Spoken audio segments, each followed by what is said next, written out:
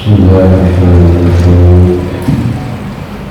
Assalamualaikum warahmatullahi wabarakatuh. Waalaikumsalam warahmatullahi wabarakatuh. Innal hamdalillah nahmaduhu wa nasta'inuhu wa nastaghfiruh wa na'udzu billahi min shururi anfusina wa sayyiati a'malina. May yahdihillahu fala mudilla lahu wa man yudlil fala hadiya lahu. Asyhadu an la ilaha illallah wahdahu la syarika lahu wa asyhadu anna sayyidana wa nabiyyana Muhammadan abduhu wa rasuluhu la nabiyya ba'dahu. Allahumma shalli wa sallim ala nabiyyina Muhammadin wa ala alihi wa sahbihi wa man tabi'ahum bi ihsan ila yaumil qiyamah. Amma ba'd.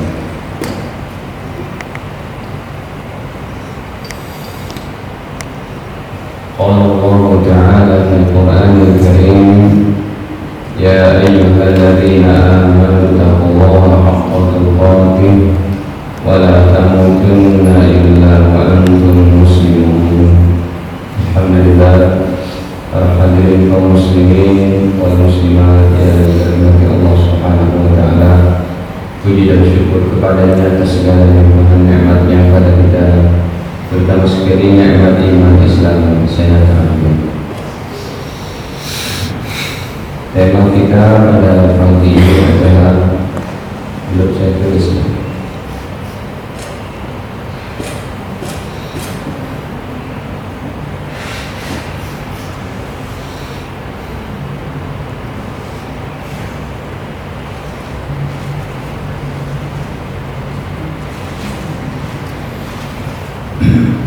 Hadirin,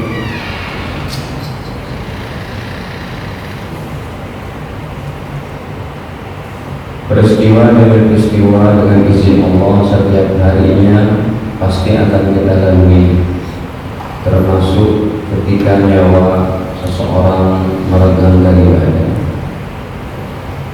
Saudara-saudara kita yang berada di Palestina pun hari ini satu persatu kembali kepada Allah dengan serangan Zionis yang begitu masif yang dibantu oleh Amerika, Inggris, dan lain-lain.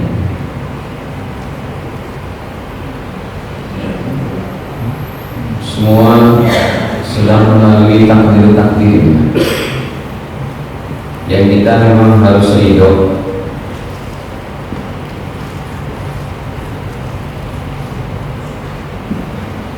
dengan takdir Allah Subhanahu wa taala. Sekalipun ikhtiarnya, berusahanya adalah wajib.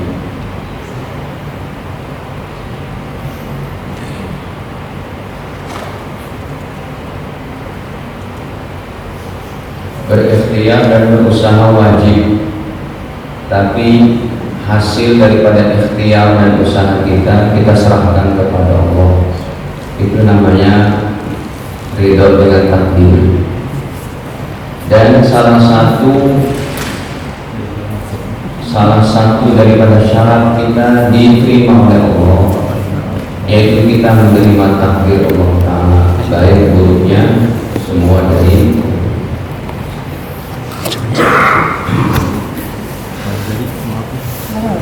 yang terjadi sekarang ini. Paling tidak di Palestina itu meregang dari badan, yang pasti mereka adalah mati syahid.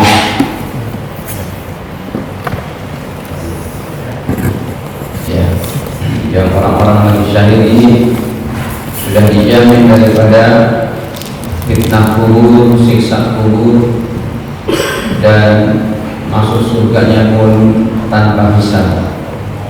Bukan cuma kilatan pedang di kepala mereka, tapi roket, mortir, dan bom yang jumlahnya bertonton kepada mereka. Nyawa mereka dipegang oleh Allah dan diambil oleh Allah Subhanahu wa taala. Dan peristiwa-peristiwa ini ada termaktub dalam Al-Quran, dalam hadis. Jadi termasuk masalah nyawa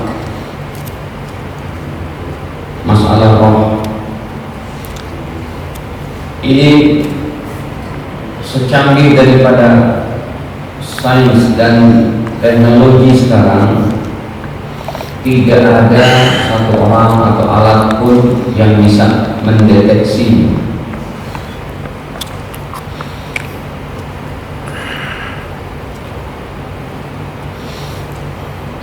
Inilah sedikitnya ilmu manusia yang Allah berikan dari zaman Nabi Adam sampai hari kiamat nanti. Allah berikan ilmu kepada kita hanya setetes air. Ilmu Allah masih selautan luas. Demikian Allah firmankan dalam Al-Quran,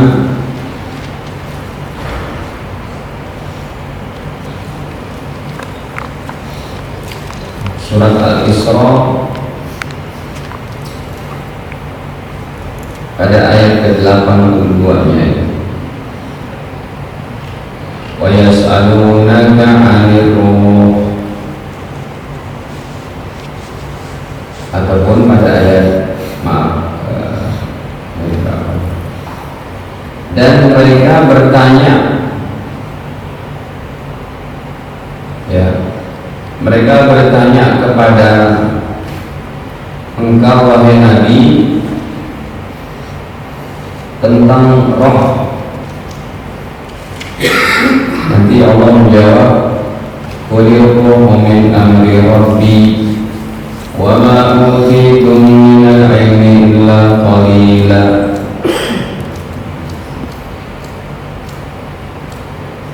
Wa yas'alunaka 'anir ruh, mereka bertanya tentang roh. Maka Allah firmankan bahwa masalah roh itu adalah urusan Allah. Manusia nggak tahu sama sekali, bahkan nggak bisa diapakan dengan sains, dengan teknologi dan yang lainnya. Ini sebentar aja.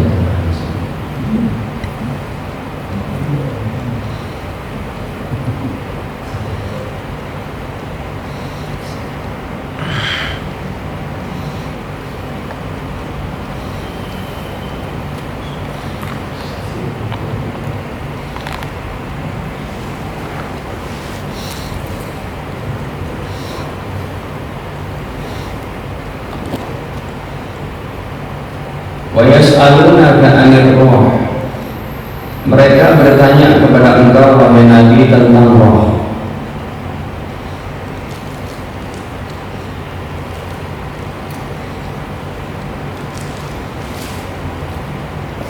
Ya,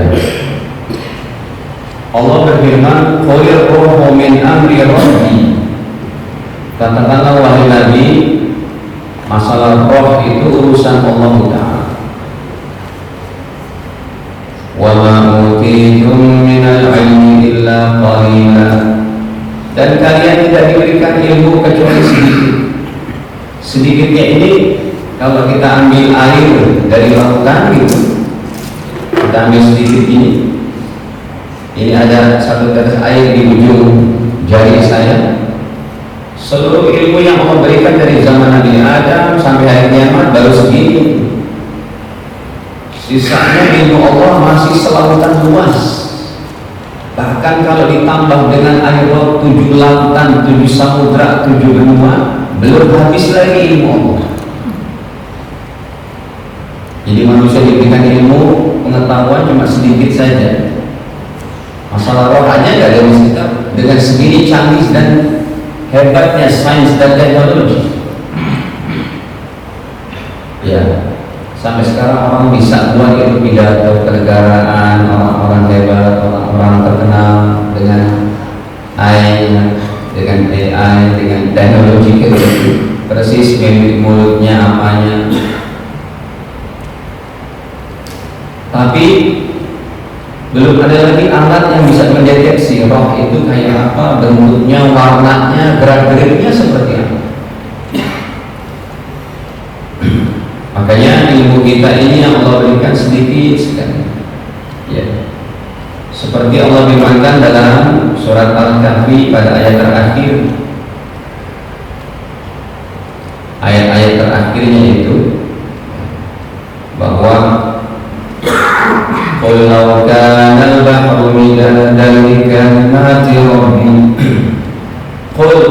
wahai Nabi, lau kana al-bahru midada, sumpamanya air lautan semuanya jadi tinta, li kalimati rabbi, untuk menuliskan daripada ilmu-ilmu Allah, la nafidal bahru, pasti itu akan habis air lautan yang sudah jadi tinta untuk menuliskan daripada kalimat-kalimat Allah, ilmu-ilmu Allah. Qabla an tanfada kalimat rabbi, udah habis tuh tintanya yang diambil dari air lautan. Sebelum apa? Sebelum habis daripada ilmu-ilmu Allah, ditulis lagi ilmu Allah. Tintanya dari air lautan semuanya habis sudah. Walau ji'na bimislihi madada, sekalipun kata Allah kami tambahkan seair lautan yang 2/3 dunia ini isinya lautan, ditambahkan itu menjadi tinta, enggak bakal habis ilmu Allah Subhanahu wa ta'ala. Jadi roh ini berbeda sama jin korin yang ada di tubuh kita. Kalau tubuh kita ini setiap manusia itu ada jin korin yang ngikutin. Hanya saja kalau kita taat, dia pun akan ikut kita menjadi orang yang jin yang taat. Hanya saja jin korinnya yang bersama Nabi Muhammad itu sudah masuk Islam. Dengan gampang Nabi tunjukkan dengan izin Allah. Kalau kita, makanya ada orang-orang yang dia sambat kemasukan jin, seperti peristiwa kemarin pembunuhan siapa?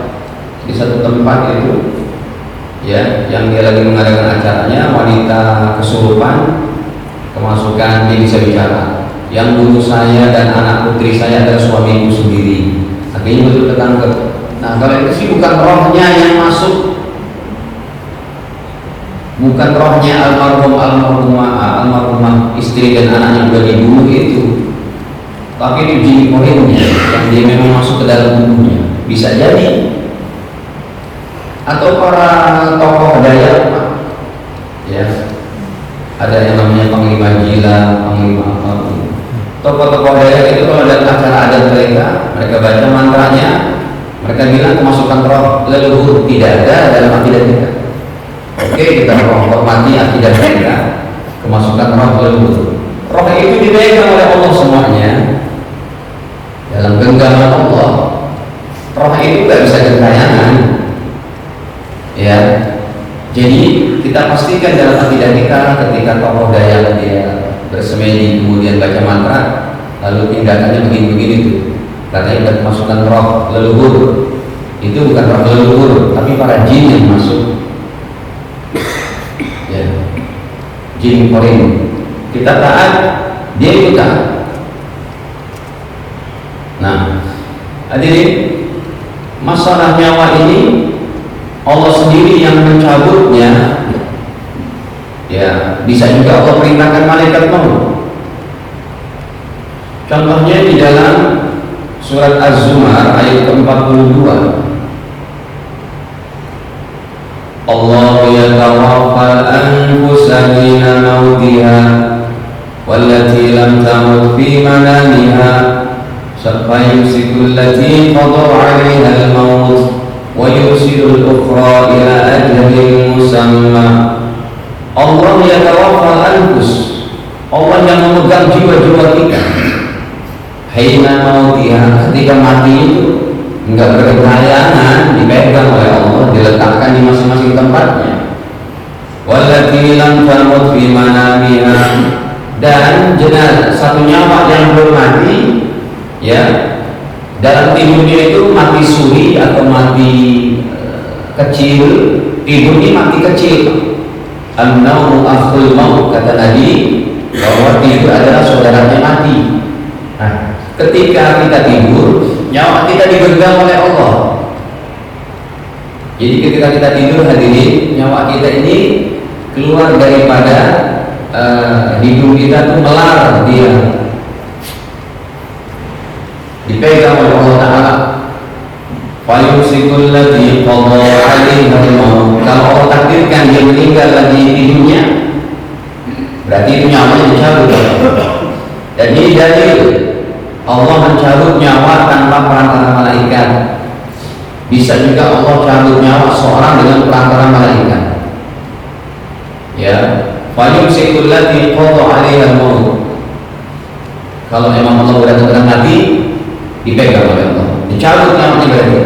Wa yusilul ukhra ila ajalin musamma. Dan ketika dia tidur, ketika nyawanya tidak dicabut, dibalikin lagi ke jasadnya yang tadi melar dari hidungnya. Nyawa bisa melar seperti itu. Ya. Kemudian Allah kembalikan ila ajalin musamma, sampai kepada waktu yang ditentukan. Ya.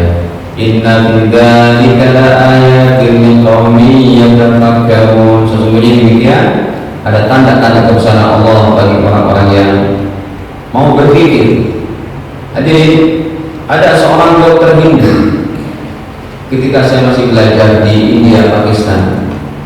Masyayikh kami bertemu dengan seorang dokter Hindu. Dia punya rumah sakit, dia punya alat-alat canggih. Dia bertanya kepada kiai kami, profesor hadis kami, kepada masyayikh kami. Jadi kalau dalam bahasa Urdunya itu dia bilang, मैं बहुत हैरान हो गया हूँ जब तक ये आप लोगों मुसलमान के लोगों हैं. Kan saya ngerti bahasa India nih Pak. Jadi ketika dia bertanya, मैं बहुत हैरान हो गया हूँ ये हालांकि आप लोगों मुसलमान के लोगों हैं, आपका रब है बिल्कुल नज़र दे नहीं सकता, लेकिन ये दूसरा मजहब है उसका रब है बिल्कुल नज़र सकता है. लेकिन मैं हैरान हो गया ये कैसे आपका ईमान है बहुत पुख्ता हो गया. Ngerti Pak? Saya juga nggak ngerti Pak. Jadi kata dokter Hindu itu bilang bahwa मैं बहुत हैरान हो गया हूँ, saya heran banget. ये आपका मुसलमान के लोगों, kalian ini orang Islam, आपका रब है बिल्कुल नजर दे नहीं सकता, Tuhan kalian tuh nggak bisa dilihat mata.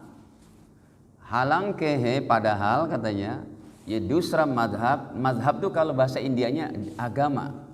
Kalau kita kan madhab yang 4 nih. Kalau dalam bahasa Urdunya madhab tuh agama, dalam bahasa Indianya. Ya. Halanke दूसरा madhab, kalian orang Islam, saya heran katanya, Tuhan kalian tuh nggak bisa dilihat mata.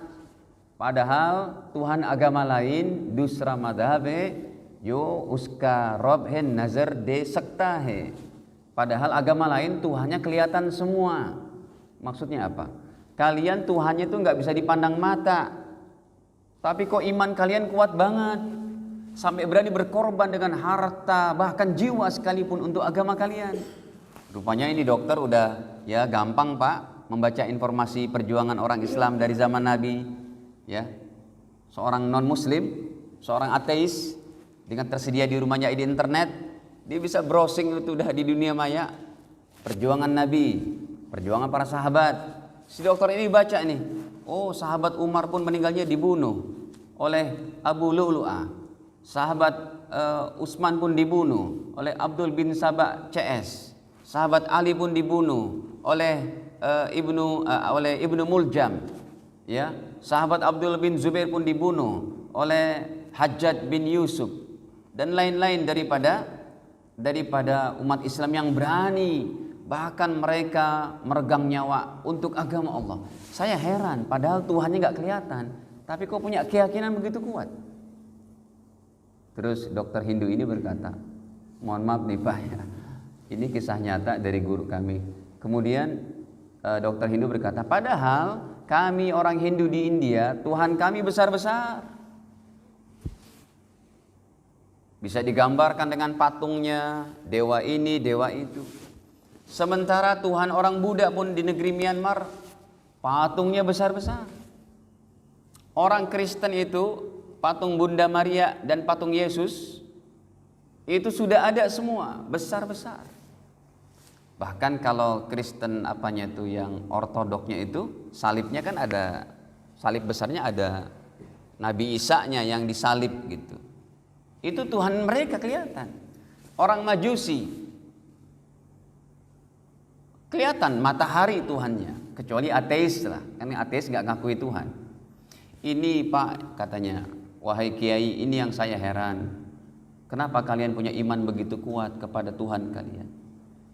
Kata guru kami bahwa begini Pak Dokter, saya akan berikan contoh bahwa kamu pun sebagai orang Hindu, saya orang Islam, di sana ada orang Kristen, ada orang ini itu. Saya akan kasih contoh ini, semuanya yakin akan keberadaannya, sekalipun bendanya enggak pernah tampak, enggak pernah kelihatan, enggak tahu seperti apa. Saya, Anda dan semua manusia, seorang ateis sekalipun yakin benda ini ada. Kata dokter itu, apa macamnya kayak begitu? Ada, yaitu roh gitu. Jawabannya apa? Roh. Ya, ini mendengar jawaban itu, si dokter mulai berpikir, iya ya. Coba Pak Dokter, Anda angkat tangan Anda. Anda angkat tangan kiri. Coba gelengkan kepala. Angkat kaki satu. Kenapa masih bisa bergerak? Kenapa Anda masih bisa menggerakkan tangan anggota tubuh Anda ini? Pak Dokter menjawab, ya karena dalam diri saya ada roh. Anda yakin adanya nyawa? Yakin. Bisa dilihat? Kemudian ditanya lagi, Pak Dokter udah berapa kali melihat orang sakarat maut di rumah sakit yang Anda miliki? Dengan alat-alat canggih daripada kedokteran Anda ini, apakah bisa terdeteksi ketika seorang sakarat maut, ketika sudah mati begitu? Kemana pergi nyawanya itu? Anda bisa tahu? Wah, dia katakan, ini ilmu besar, nggak pernah saya tahu itu. Kenapa kita yakin kalau dalam diri kita ada roh? Karena kita lihat daripada kesannya, ya, kita masih bisa menggerakkan tangan, mengedipkan mata, berbicara karena roh masih dalam diri kita. Demikian juga alam semesta ini tidak mungkin bisa bersirkulasinya antara matahari, bintang, bulan dengan teraturnya, curah hujan, angin dan macam-macamnya, kecuali tanpa ada yaitu satu zat yang menciptakannya, yaitu Allah Subhanahu wa taala. Bersyukur itu ya, dengan penjelasan kayak gitu si dokter masuk Islam. Akhirnya dia bergabung dengan para dokter-dokter terkenal di Aligarh University. Itu kampus tertua di India kurang lebihnya, salah satunya. Kita dengar namanya Aligarh University. Banyak anak-anak sedunia itu belajar di sana. Saya saksikan itu. Yang kita dulu, saya sempat di India dulu kan sebelum ke Pakistan. Bahkan sains untuk teknologi nuklir India itu lebih maju dari Indonesia, Pak. India sudah bisa punya kapal induk, kita aja belum. Ya. Termasuk India, Pakistan, termasuk Pakistan masih udah bisa mengindustrikan nuklirnya, Pak. Kita belum ada. Ya, sedang digodok nih di BRIN, di BRIN, di Serpong sana, dan badan pengawas nuklir di Glodok, ya, sedang dibahas bagaimana Indonesia punya pembangkit tenaga nuklir, belum ada itu. Hadirin, akhirnya si dokter ini masuk Islam dengan gara-gara roh ini. Baik. Kemudian para jamaah yang dirahmati Allah, kita lihat sekarang bagaimana roh orang soleh meregang dari badan. Ini hadisnya kami bawakan riwayat Imam Ahmad. Derajatnya hasan. Dan ini sudah saya teliti hadisnya dari kitab-kitabnya ulama salafi yang sangat strict dengan ilmu hadis. Kalau mereka udah bilang hasan, berarti nilainya ke kita tuh lebih lentur, lebih gampang. Ya. Kecuali kalau mereka bilang dhaif. Nah, ke kita itu agak susah. Kalau mereka udah bilang hasan, ini agak lebih mudah ke kita. Sekalipun yang saya cari itu dari ulama papan atas, seperti dari Imam Nawawi, Imam Ibnu Hajar Asqalani, Imam Ibnu Hajar Al-Haythami, Imam Nuruddin Al-Haythami. Al-Haythami ada dua nih, yang satu Haythami, yang satu Haythami. Yang Haythami itu yang ahli hadisnya, yang Haythami yang ahli fikihnya. Yang satu Nuruddin, yang satu Ibnu Hajar. Jadi Ibnu Hajar ini memang ada dua. Ulama-ulama papan atas, ya udah kita teliti juga derajatnya hasan. Nomornya bahkan 18.534. Coba kita buka dulu. Ketika kita sudah mengetahui hadis ini Bapak Ibu, kita bisa mengusahakan nyawa kita ini bagaimana keluar dengan baik. Itulah pentingnya kita mengaji ilmu hadis. Berarti kita bisa ada tambahan ilmu secara detail. Ini nyawa kita harus perjuangkan menjadi nyawa yang baik, yang thayyibah. Yang Allah firmankan dulu nih sebentar sebelum itu. Allah firmankan dalam apa? Kita mau raih ini nih Bapak Ibu. Ayat yang paling gampang nih. Kita baca ya Ustadz ya. Wal fajri wal layalin ashr wasyafi'i wal watri wal laili idza yasr. Nanti kan ayat terakhirnya. Ya ayyatuhan nafsul mutmainnah irji'i ila rabbiki radiyatan mardiyah. Nah, ini yang mau kita raih, Pak. Ya. Pokoknya Bapak Ibu, sisa umur kita selama di masjid ini masih ada taklim, ada pengajian yang membawa sejuk daripada cara beribadah ini kita terus kita ngaji. Ya, supaya kita mengetahui hal-hal kayak begini. Allah firmankan ini bahkan Al-Qur'an. Ini mah enggak perlu derajat, Pak. Enggak perlu derajat hasan, sahih atau apa. Al-Qur'an memberikan faidah hukum yang absolutely kebenarannya, qat'i gitu. Kalau bahasa usuluddinnya Al-Quran ini adalah apa? Qat'i, betul udah gitu. Allah berfirman, ya ayyatuhan nafsul mutmainnah, wahai jiwa yang tenang, wahai jiwa yang baik, irji'i ila rabbiki radiyatan mardiyah, kembalilah kamu kepada Allah dengan mendapat ridho Allah dan diridhoi. Ya, mendapat ridho Allah, Pak. Ridho kepada takdir Allah semua.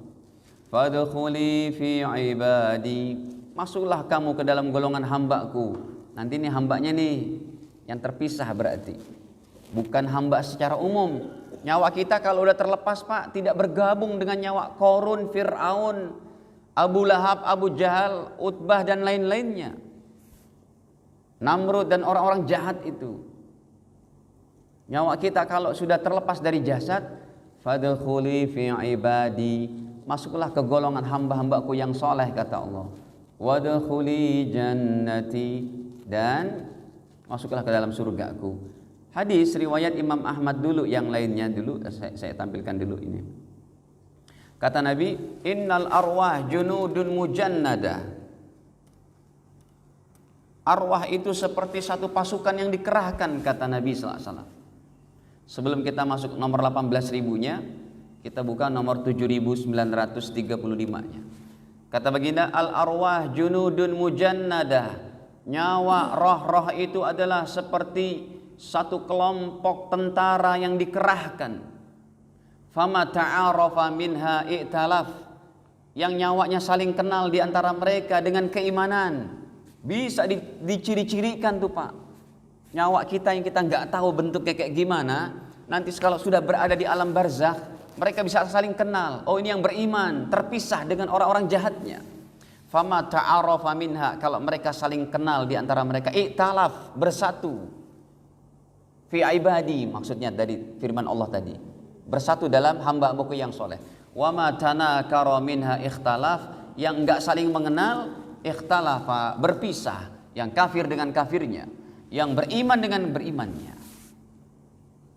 Baik, nah sekarang kita tampilkan hadirin hadisnya ini nomor 18.534.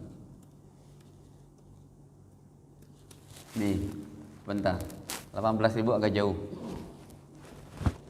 Nah, sudah ada. Hadirin para jemaah dirahmati Allah,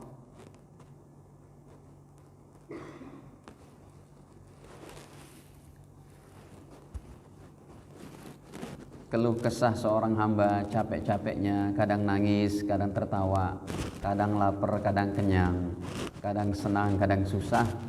Kadang dingin, kadang panas, kadang sehat, kadang sakit, terbayarkan dengan hadis ini.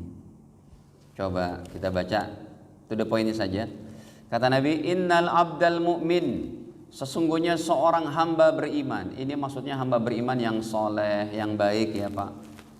Ya, hamba beriman yang soleh, yang baik, yang rajin ibadah, yang teduh jiwanya, yang akhlaknya baik.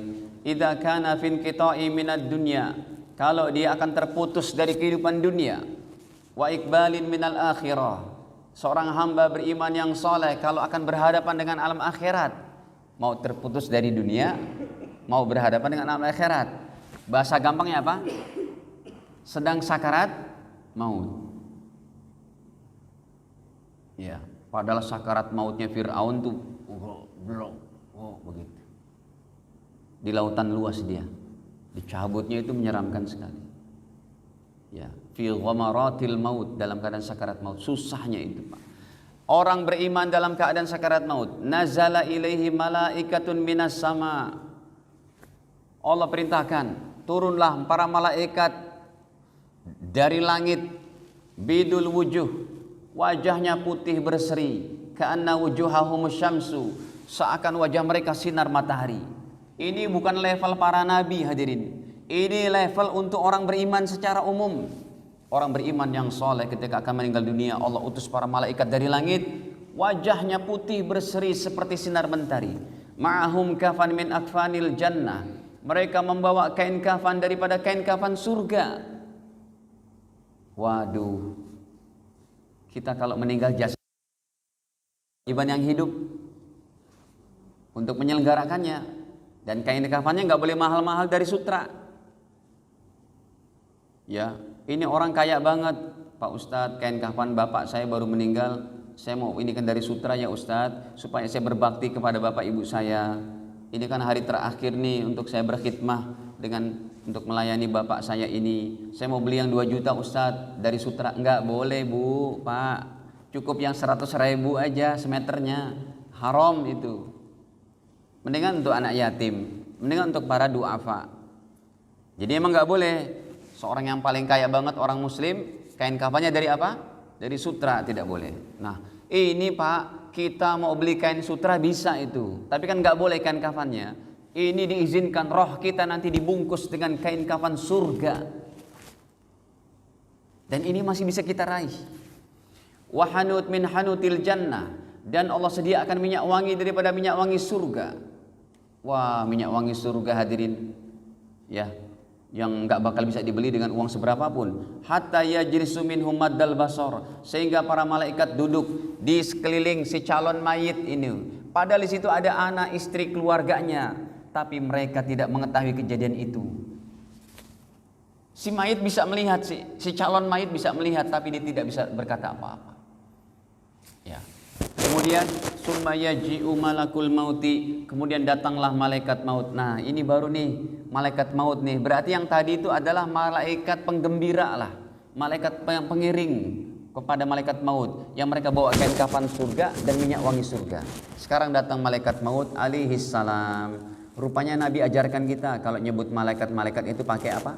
Alaihi salam, terutama malaikat-malaikat yang sudah kita ketahui namanya. Seperti malaikat maut, Israel, Jibril, Mikail, Ridwan, Munkar Nakir alaihi wassalam, boleh begitu ya.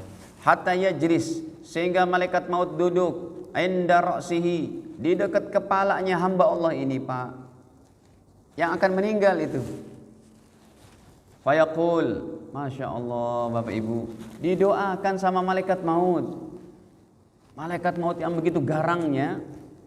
Bahkan ketika Nabi Muhammad pun ya mau meninggal, dalam hadisnya malaikat maut udah tawarkan, wahai Nabi kekasih Allah, saya mau cabut nyawamu dari mana? Yang paling lembut kah? Yang paling lembut itu nyawa para nabi dicabut itu seperti tumpukan tepung, ada 1 helai rambut. Bu, Pak, kira-kira tumpukan tepung ada 1 helai rambut tuh dicabut, kira-kira gampang nggak Pak? Mulus banget kan? Kayak begitu tuh nyawa Nabi mau dicabut. Tetapi Nabi katakan, tidak wahai malaikat maut, saya ingin mewakili daripada nyawa pencabutan nyawa daripada umatku, biar saya merasakan dulu sakitnya itu. Dicabutlah dari kakinya sampai ke betisnya. Nabi Muhammad mengerang kesakitan. Saking sakitnya itu Sayyidina Jibril alaihissalam. Jibril nggak mau melihat wajah Nabi. Sampai Nabi berkata, wahai Jibril, apakah engkau benci dengan aku sehingga engkau memalingkan wajahmu? Kata Jibril, bukan begitu wahai kekasih Allah. Saya kesian melihat erangan daripada wajahmu. Tidak apa-apa, saya ingin merasakan ini. Saya ingin menanggung beban umatku, katanya. Dicabutlah sampai ke perutnya, sampai selesai. Hadirin, orang yang bertakwa kayak begini itu udah diwakili, tapi kalau nggak bertakwa berat juga. Akhirnya malaikat maut berkata, didoakan Pak, ayyatuhan nafsu thayyibah, wahai jiwa yang baik. Kalau tadi ayatnya ayyatuhan nafsul mutmainnah. Kalau malaikat maut berkata ayyatuhan nafsu thayyibah, wahai jiwa yang baik, jiwa yang soleh solehah, ukhruji ila maghfiratin minallahi wa ridwan. Apa doa malaikat? Aku cabut nyawamu, keluarlah kamu kepada ampunan Allah dan keredoannya. Malaikat maut mendoakan kita Pak. Kalau kita perjuangkan, ini kan nafsu emang perlu diperjuangkan nih Pak. Dia ini maunya malas aja. Innan nafsa la ammaratum bisu. Surat apa? Yusuf ayat ke-53.